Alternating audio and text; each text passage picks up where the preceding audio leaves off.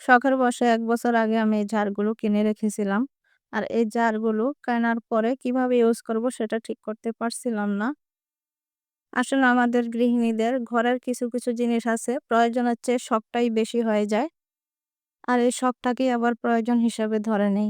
আসসালামু আলাইকুম।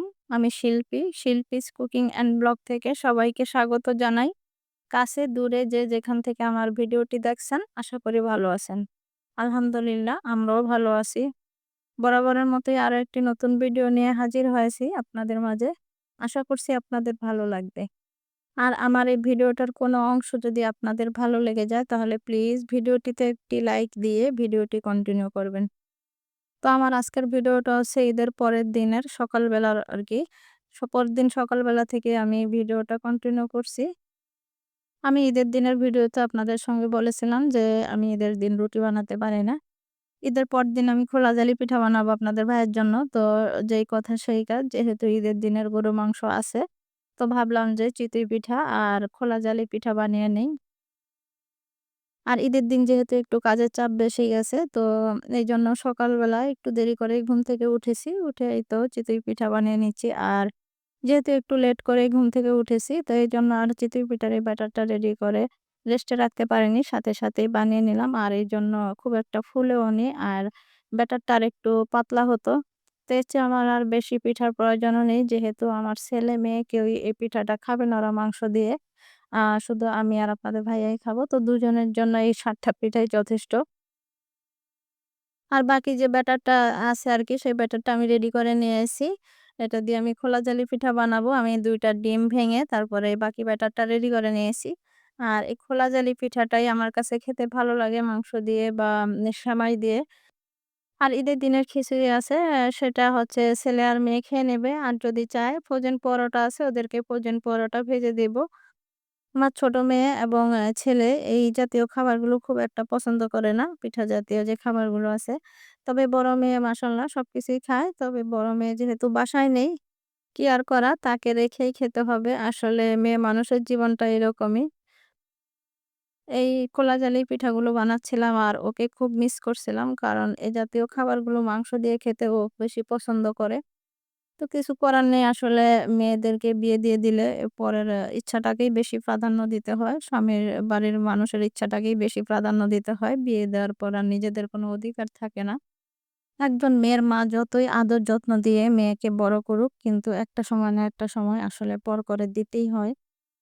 যত কষ্টই হোক এটা আপনাকে মেনে নিতেই হবে। তো এই তো আমার খোলা জালি পিঠাও রেডি। আর পিঠাগুলো বানিয়ে নিয়েছি। যদিও পিঠাগুলো খুব একটা ভালো ফুলে না। আসলে চিতই পিঠা তো ১ম বার দিলে অত ভালো হয় না। আর যেহেতু আমি বেশি বানাইনি, পরবর্তীতে যে আমি মানে ব্যাটারটা আরেকটু ঠিক করে বানাবো সেটাও করিনি। কারণ অতগুলো পিঠা আর খাওয়া যাবে না। আর এখানে আমি আপনাদেরকে আমার নবাবী সেমাইটা দেখাচ্ছিলাম যে দেখেন কতটা পারফেক্ট হয়েছে। আসলে আমি সব ঈদেই নবাবী সেমাই বানাই। কিন্তু বানানোটা দেখালেও আর কেটে খাওয়াটা দেখাতে পারি না। আসলে সেভাবে দেখানো হয় না। তো সেটাই দেখিয়েছিলাম যে আমার নবাবী সেমাইটা কতটা পারফেক্ট হয়েছে। খুব সুন্দরভাবে কেটে আরকি চামচ দিয়ে উঠানো যাচ্ছিল এরকম কেকের পিসের মতো। একটু সময়ও ঝরে যায় না। আর এই যে নবাবী সেমাইয়ের ভেতরের যে লেয়ারটা সেটাও বেরিয়ে যায় না আরকি। আর সেই সাথে ঈদের দিনে রান্না করা ২ রকমের গরুর মাংস গরম করে নিয়েছি। আর হচ্ছে যে তিরামিসু আরকি নামিয়ে নিয়েছি। আর এই তো ভিডিওর শুরুতে যেই কথাটা বলেছিলাম আরকি ১ বছর আগে আমি এই জারগুলো কিনেছিলাম। এই জারগুলো আর ব্যবহার করা হয়নি। কোথায় ইউজ করব আসলে সেটাই বুঝে উঠতে পারছিলাম না। যেহেতু আমার মসলার জার অলরেডি আছে, যারা আমার পুরানো ভিউয়ার্স তারা জানেন যে আমার যে স্টিলের যে বক্সটা ৭ পিসের সেই বক্সটাই আছে। আমার ওই বক্সের যে জারগুলো ওগুলোর মধ্যেই আমি আসলে গুঁড়া যে মসলাটা এই মসলাগুলো রাখি হলুদ গুঁড়া, মরিচের গুঁড়া। যেহেতু ৭ টা জার তো ওটার মধ্যেই আমি সবকিছু রেখে একবারে কাজ করতে আমার কাছে কমফোর্ট। আর অনেকদিন ধরে যেহেতু ইউজ করছি, অনেকদিন বলছি কেন ৩-৪ বছর ধরে ইউজ করছি তো ওটাই ইউজ করা এখন আমার জন্য সুবিধা হয়ে গেছে। আর এখানে হচ্ছে আরকি ৪ টা জার। তো আমি ভাবছি যে ৪ টা জারে একটাতে হলুদের গুঁড়া, মরিচের গুঁড়া আর ধনিয়ার গুঁড়া, গরম মসলার গুঁড়া রাখবো।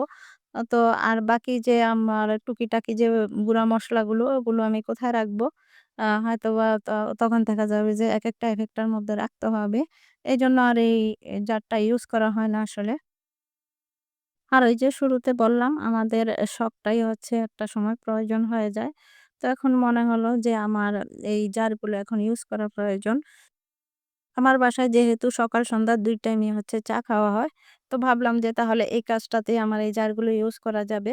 এতে করে সুবিধা হবে আর আমার কাছেও ভালো লাগবে। যেহেতু সকাল সন্ধ্যা ২ টাইমেই চা খাওয়া হয়। আমার ছেলেমেয়েরা সকাল সন্ধ্যা ২ টাইমেই চা খায়। তো যদি সবকিছু একসাথে হাতের কাছে একসাথেই পেয়ে যায় তাহলে হয়তো আমার অ্যাবসেন্স এ ওরা খুব ইজিলি হচ্ছে ১ কাপ চা করে নিতে পারবে। তো যেই ভাবা সেই কাজ। এই তো আমি জারগুলো বের করে নিয়েছি। আর এখন আমি একটু টিস্যু দিয়ে মুছে নিচ্ছি আরকি। তো আগে দেখা যেত যে আমার বাসায় বেশিরভাগ সময়ই কফি খাওয়া হতো। তো এখন কফি খাওয়াটা অনেকটা কমিয়ে দিয়েছি। চাটাই খাওয়া হয় বেশি। তবে মাঝে মধ্যে ইচ্ছে হলে আরকি কফি এনে খাওয়া হয়। তবে যাই হোক আমি এই জারগুলো রিকল করতে, করতে আমার প্রিয় মানুষগুলোর কাছে একটা জিনিস চেয়ে নিচ্ছি। এখনো পর্যন্ত যারা আমার ভিডিওতে আছেন আর আপনাদের মূল্যবান লাইকটা দিতে হয়তো ভুলে গেছেন। প্লিজ ভিডিওটিতে একটি লাইক দিয়ে দিবেন।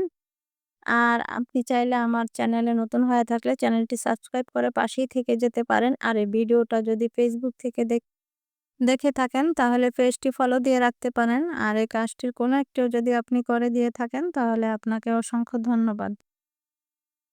জারগুলোর ঢাকনার উপরে যদিও জিরা, গরম মসলা, তারপর হচ্ছে দারুচিনি, ধনিয়া এগুলোর আসলে ছবি দেওয়া। তারপরও রাখতে পারলাম না। কিছু করার নেই আসলে। যেহেতু আমার আরেকটা মসলার জার আছে তাই আরকি।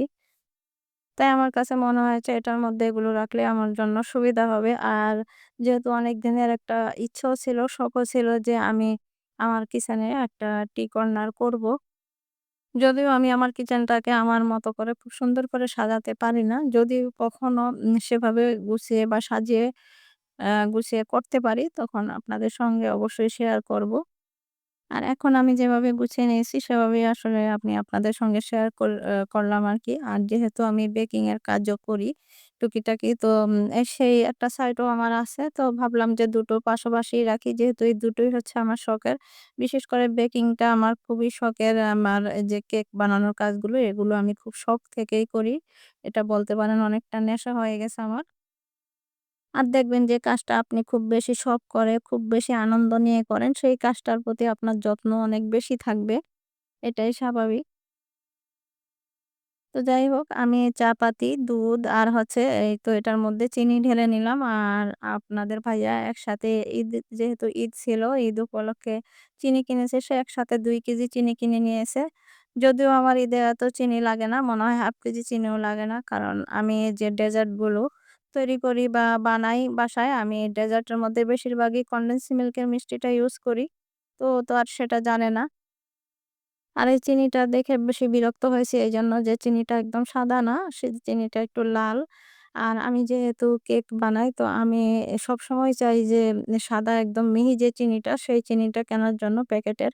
ও আসলে খোলা চিনিটা নিয়ে আসছে এইজন্য আরো বেশি ওর উপরে রাগ হয়েছে যে আমি এটা দিয়ে আদৌ কেক বানাতে পারবো কিনা? কেক বানাতে গেলে আবার কোনো সমস্যা হবে কিনা?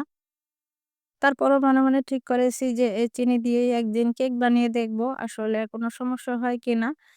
কারণ মাঝেমধ্যেই দেখা যায় যে আচারের জন্য আমার লাল চিনি কিনতে হয়। লাল যে চিনিটা সেই চিনিটা আবার বেশি মিষ্টি।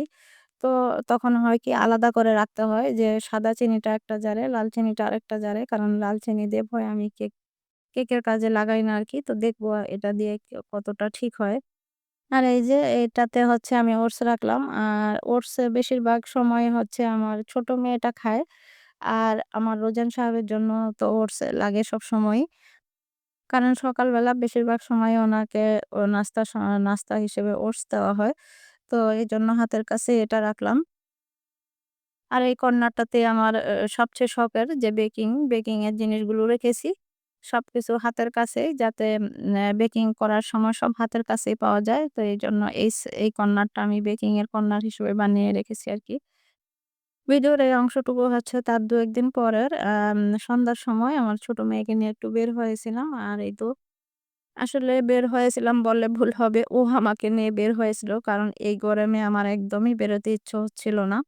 একদম গরমের ভয়ে মনে হয় না যেন বাসা থেকে বাহিরে বের হই। তারপরও জোর করেই একরকম বের করে নিয়েছে আমাকে আরকি বাসার বাহিরে। আমার ছেলেকে বলেছিলাম বের হতে, তো ও গরমের ভয়ে বের হয়নি। তো ওর জন্য পার্সেল নিয়ে এসেছে। আর আজকের খাবারের বিলটা আমার মেয়ে তার ইচ্ছালামি দিয়েই দিয়েছে। আমাকে একদমই দিতে দেয় না। তো আজকের মতো ভিডিওটা এখানেই শেষ করছি। সবাই ভালো থাকবেন, সুস্থ থাকবেন। আল্লাহ হাফেজ। আসসালামু আলাইকুম।